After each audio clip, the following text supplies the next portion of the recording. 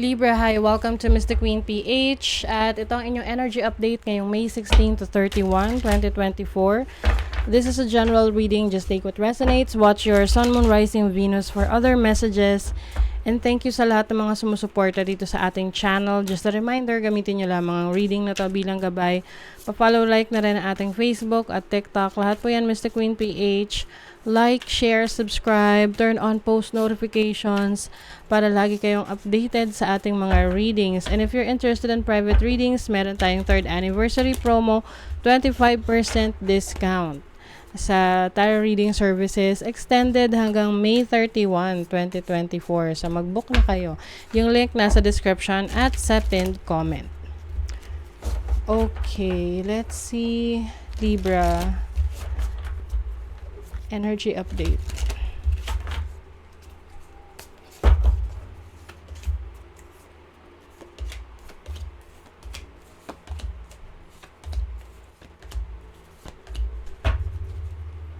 Okay, Ace of Swords. Meron kayong exciting new ideas. Siguro, ito yung naiisip nyo na, uy, maganda siyang gawin, maganda siyang subukan. Oh, okay. 6 of Swords. 8 of Swords. So, maaring if you are feeling stuck right now, feeling stuck ka sa career mo, sa business mo, parang feeling mo walang growth, then you are finally learning, no? Meron kang mga parang kumbaga pinag-aaralan mo ngayon, paano ko mapauunlad ang sitwasyon ko, paano ko mai-improve ang trabaho ko, ang career ko, ang relationship ko. So, things that are blocking your way right now, nakakahanap ko na ng solusyon dyan. With the 6 of Swords, you are finally moving to a better direction. Okay? With the 7 of Swords, the Magician, you may be, pwedeng yung iba sa inyo nasa isang manipulative situation. Maaring merong tao na nag-overpower sa'yo or tipong someone na sinasabi sa'yo na hindi mo kaya yan, mahirap yan. Alam mo yung tipong may mga nag-a-advise sa'yo. Parang sinasabi nila, it's an advice. Pero actually, ayaw nila na makita kang lumalabas sa comfort zone mo. Kasi maaring alam nila yung power mo, alam nila yung kakayanan mo. But, pwedeng natatakot sila sa mga bagay na kaya mong gawin. Or natatakot sila na baka kapag naging successful ka na, hindi na sila makinabang sa'yo. Parang ganon. Okay? So, let's see. What else? Your overall energy, the Star. You have a lot of hopes and dreams. I think, ngayon gusto mong mas bigyan ng attention yung mga pangarap mo. Lalo na kung nakalimutan mo ng mangarap, no? Kasi minsan nagiging very busy na tayo sa routine, paulit-ulit na ginagawa natin. At nagiging comfortable na tayo in a sense na we feel stuck. So, maaring yung iba sa inyo, you are re-establishing or parang inaalam nyo ngayon kung ano pa yung pwede nyong maabot, ano pa yung pwede nyong ma-achieve. Knight of Pentacles. Yes, slowly but surely. Kumbaga, hindi naman siya tipong agad-agad makukuha mo, but at least you're doing something para sa pangarap mo. Hindi yung nasa isip mo lang, pangarap mo lang siya, na hinihintay mo kung kailan darating, pero hindi ka nagte-take ng action. With the Death card as your challenge, pwede kasing may mga pagbabago ka na dapat mo nang i-embrace. Oo.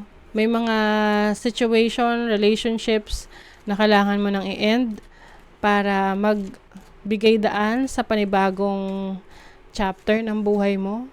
Kaya lang maaring iniisip mo, paano na kung ganito yung gagawin ko? Paano na kapag in-end ko to? Paano pag umalis ako rito? Yun. So, with the 9 of Vessels as your challenge, Pwede kasing yung mga possibilities, tipong hindi mo masyadong ine-explore yung possibilities. There is something na matutupad kasi na pangarap mo or something that you've been dreaming of. Kaya lang maaring hindi ka nagiging bukas sa pagbabago. So something has to change. Can be your mindset, your situation ngayon. May kailangang mag-end para magbukas yung bagong opportunity for you. Okay? So speaking of opportunity, you have the Three of Wands. This is about exploration, expansion, pagpapaunlad ng iyong nasasakupan. So kumbaga, discovering more about yourself. Pag-alis sa comfort zone mo. Meron kang opportunity na magawa yan. You have the Five of Pentacles. Siguro ang isa sa dahilan pumipigil sa'yo, pwedeng related sa pera, na tipong gusto mong mag-abroad, pero iniisip mo paano yung placement fee or paano yung gagastusin mo.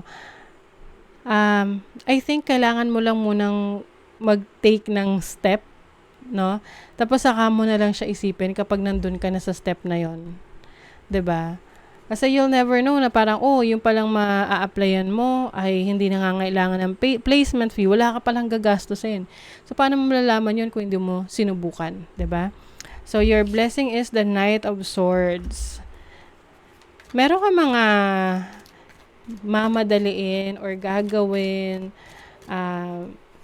na kapag ginawa mo, mabilis din yung reward. Okay? Three of Pentacles. So, dalawang beses ba yung Three of Pentacles? Or anyway, related sa number 3. Number 3 is about growth. So, you are going to be blessed the moment na aksyonan mo to. Ano man tong plano mo, you can be planning for a new job, a new career, a new business, or this can also mean a contract, no? So, yung iba sa inyo, merong mapaprocess na contract ng mabilis lang, no? Na hindi mo kailangan maghintay ng matagal. So, pwede itong contract sa trabaho mo abroad or any paperworks na kailangan mong ma-accomplish. So, wow. Tingnan mo, 6 of Wands, 6 of Cups. For your money, career, finances. So, definitely blessings are coming in to your money, career, finances. Meron ditong victory, may success. I think something na gusto mong gawin sa career mo, sa business mo, yan yung mafulfill mo the moment that you take action. King of Vessels, yes. Kailangan nandun talaga yung puso mo, nandun yung pagmamahal mo, yung attention mo, yung passion mo para maging successful ka. So, your relationship, you have the Queen of Wands and the Emperor. So, this is Aries energy. Maaring meron kang person na medyo controlling over you or parang masyadong stricto, okay? But I think this person, lang naman siya, very cautious or parang maingat lang siya. Gusto lang niyang protectionan ka. If you are connecting with someone. But if you are single, I think you're looking for a person na reliable, someone na yung talagang seryosong relationship. Kasi kung hindi, parang hindi mo na i-entertain. You have Descendant, invitation. So, pwedeng merong mga gustong mga makausap ka, makilala ka, pwedeng sa relationship, pwede rin tong sa business partnership na mag-i-invite sa'yo to discuss a project. Merong discomfort. I think ito yung expansion na parang hindi ka ganun ka-komportable na sumubok ng bago. Okay? And now is the time for you to do that. 'Di ba? Sabi nga nila, you have to get out of your comfort zone and explore and experience new things. An emotionally secure, loving family is important to you. Yes. So, gusto mo sa relationship, ikaw ay secure emotionally. Kumbaga, ikaw ay, yung maayos yung inyong pakikitungo sa isa't isa, binavalue ka ng person mo. You are also protected from negative forces beyond your control. Wow, you have protection. Protected ka ng iyong spirit guides.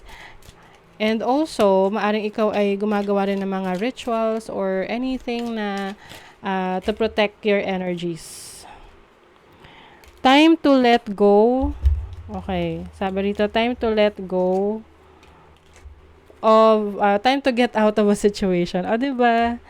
A situation that is no longer serving your highest good. Anything na hindi ka na komportable, anything na nililimitahan ka, so you are getting out of that situation. So that is your reading, Libra. Thank you so much. Bye.